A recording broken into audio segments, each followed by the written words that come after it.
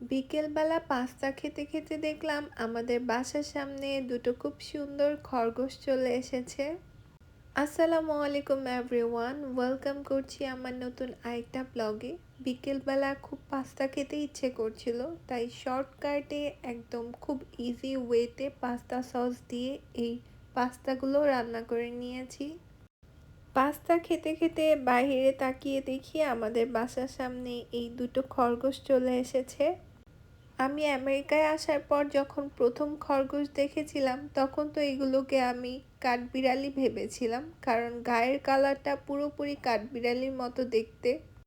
পরে আমি পিকচার তুলে রেখেছিলাম, আমার হাজবেন্ড বাসায় আসার পর ওকে আস্ক করলাম এইগুলো কি আসলে খরগোশ না কাঠবিড়ালি।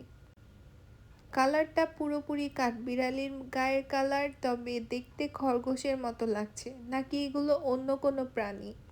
বাংলাদেশে আমি বেশিরভাগ হোয়াইট কালারের খরগোশই দেখেছি, তাই আমি একটু কনফিউজ হয়ে গিয়েছিলাম। পরে আমার হাজবেন্ড বলল, না এগুলো কাঠবিড়ালিও না, অন্য কোনো প্রাণীও না, এগুলো হচ্ছে খরগোশ। এই দেশের খরগোশের কালার এমনই হয়।